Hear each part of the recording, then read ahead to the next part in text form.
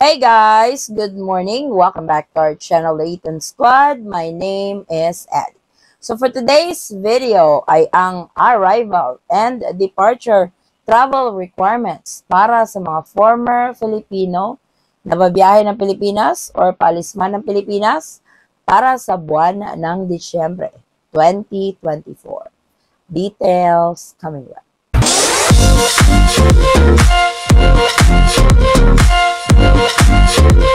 So, panibagong buwan kabayan, i-update natin ang mga travel requirements para sa mga former Filipino para sa buwan ng Disyembre 2024. Ano-ano ba yung mga kailangan ninyo kung babiyahe kayo ng Pilipinas or paalisman ng Pilipinas sa former Filipino? Kung bago kayo sa channel ko, makakatulong ito sa inyo, lalong-lalo na dun sa ating mga kababayan na hindi nakauwi ng Pilipinas for how many years?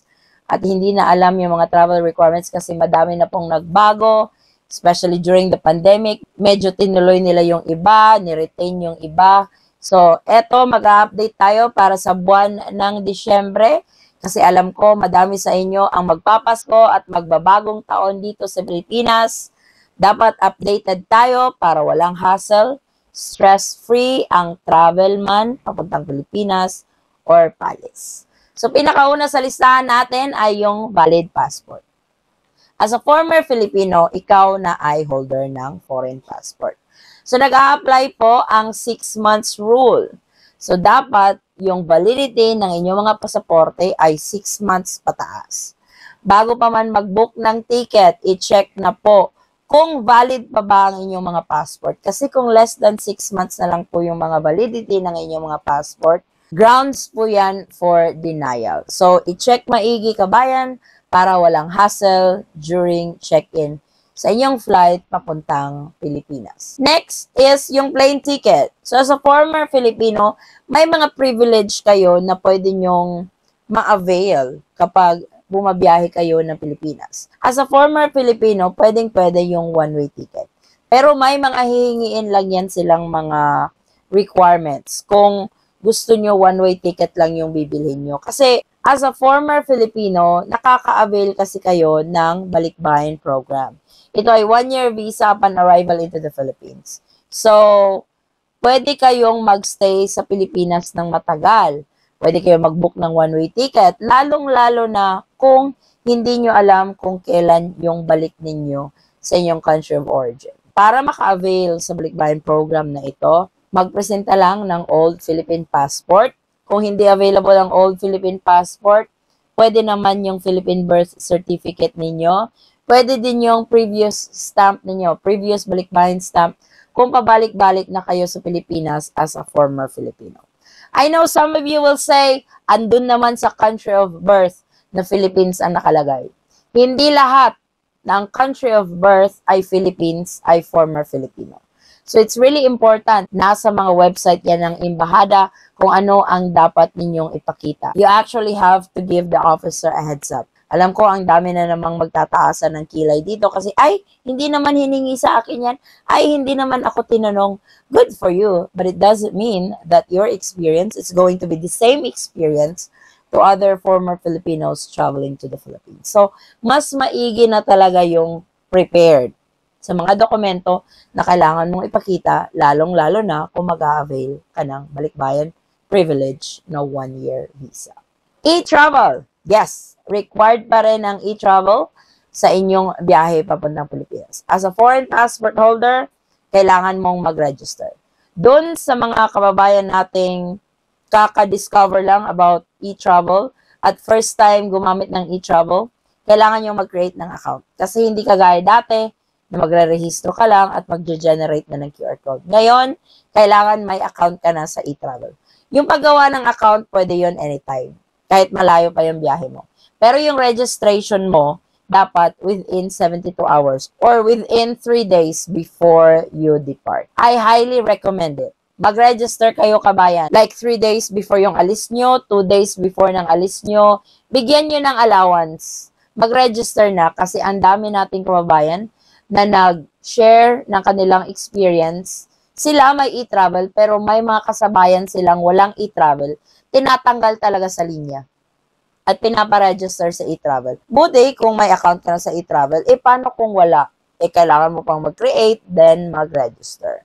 So, avoid the hassle, avoid the stress, mag-register na sa e-travel ahead of time. Pwede mo itong i-save sa iyong mga phone or pwede nyo i-print para sa inyong mga QR code.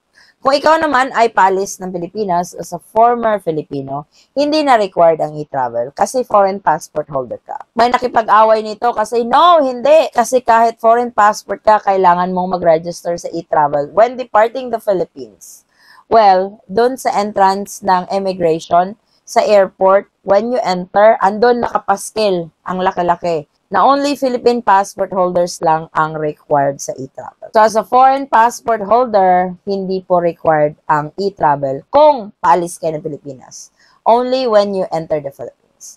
At saka, huwag kayong madismaya kung hindi nila chine-check yung e-travel niyo. Kasi kapag nakapag-register kayo at nascan na nila yung mga pasaporte ninyo, nakikita na nila sa system yon na nakapag-rehistro ka na. So, goods ka na. Huwag kang magalit kasi yung ibang kababayan natin nagagalit kasi, hay nako, nag-effort kami sa e-travel pero hindi man lang chinek. Mas maigi yun.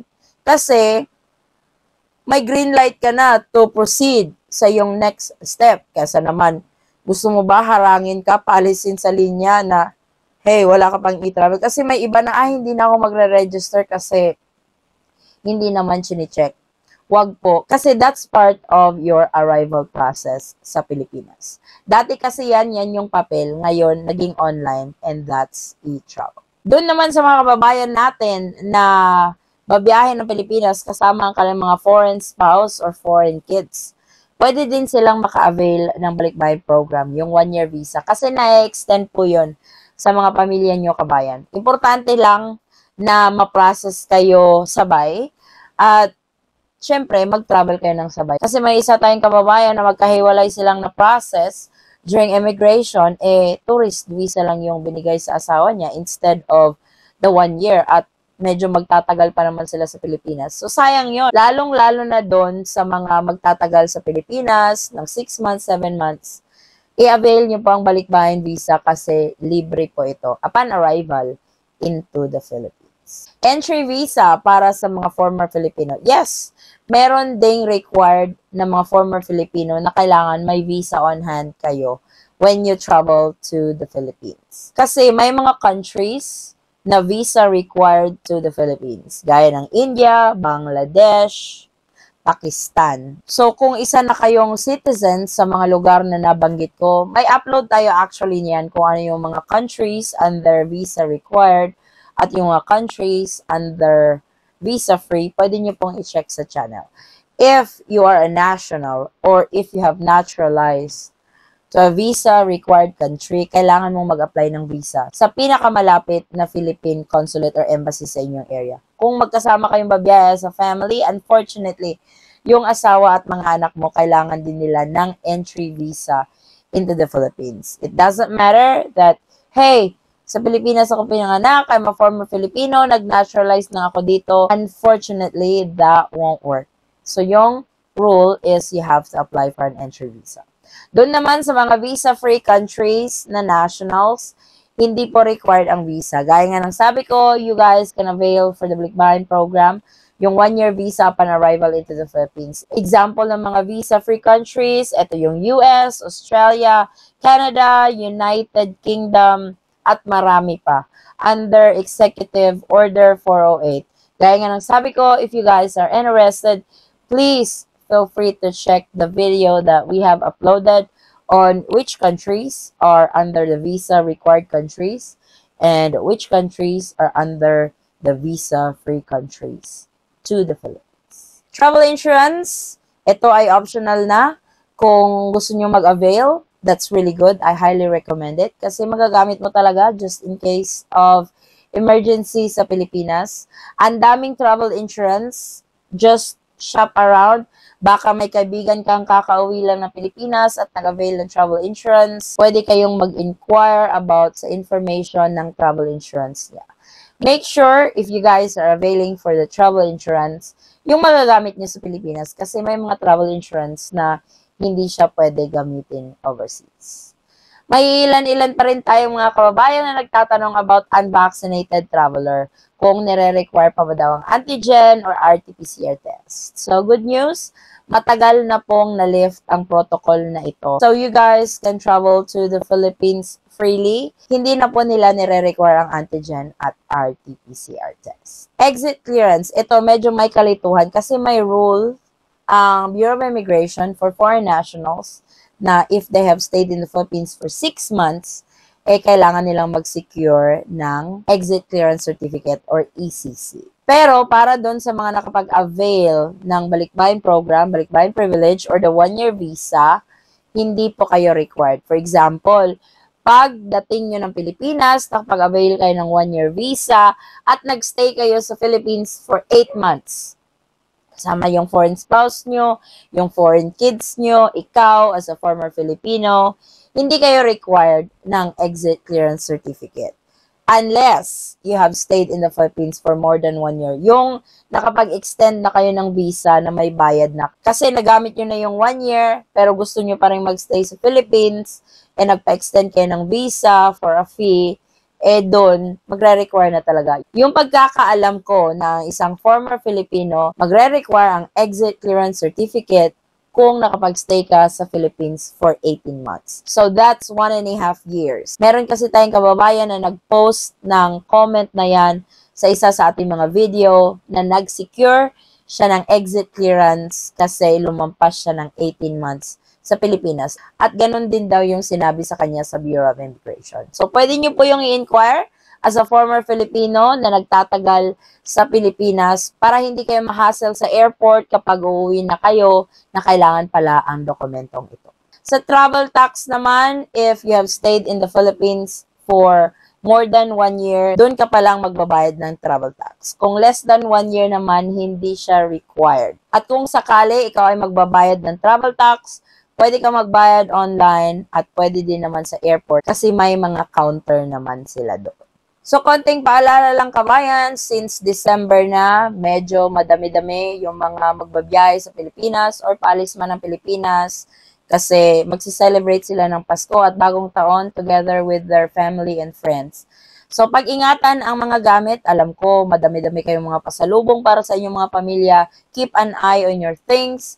Be very vigilant, be very cautious kasi alam nyo naman, talamak na naman ang nakawan sa ating airport unfortunately. So ingatan po ang inyong mga gamit, huwag walain ang inyong paningin sa inyong mga kagamitan para po walang mawawala. And make sure to check it right away kapag nakuha na nyo ang inyong mga bagahe. At para naman doon sa ating mga kababayan na kakauwi lang, kung maaari nyo pong i-share ang inyong experience sa inyong pag-uwi sa Pilipinas or paalis man, kung ano-ano pa bang mga dokumento ang hinihingi nila, paano ba yung process, naging smooth ba, naging stress-free ba, or medyo may delay ba kayo or na-hassle ba kayo, kung pwede nyo pong maibahagi ang experience na yan, I would really appreciate it. So, this is the latest para sa mga former Filipino for arrival and departure travel requirements for the month of December 2024. Maraming salamat po sa inyong patuloy na pagsubaybay, tiwala at suporta sa aming channel, The Eton Squad. Kung kayo man po ay may mga katanungan, maaari lang pong mag-comment sa video ito at sasagutin po natin yan sa abot ng ating makakaya. Muli kabayan, ako'y nagpapasalamat at naway yung biyayang papuntang Pilipinas man or paalis ay maging smooth, hassle-free at stress-free. Magkita-kita po tayo sa ating susunod na travel update. Stay safe, stay healthy, and God bless everyone.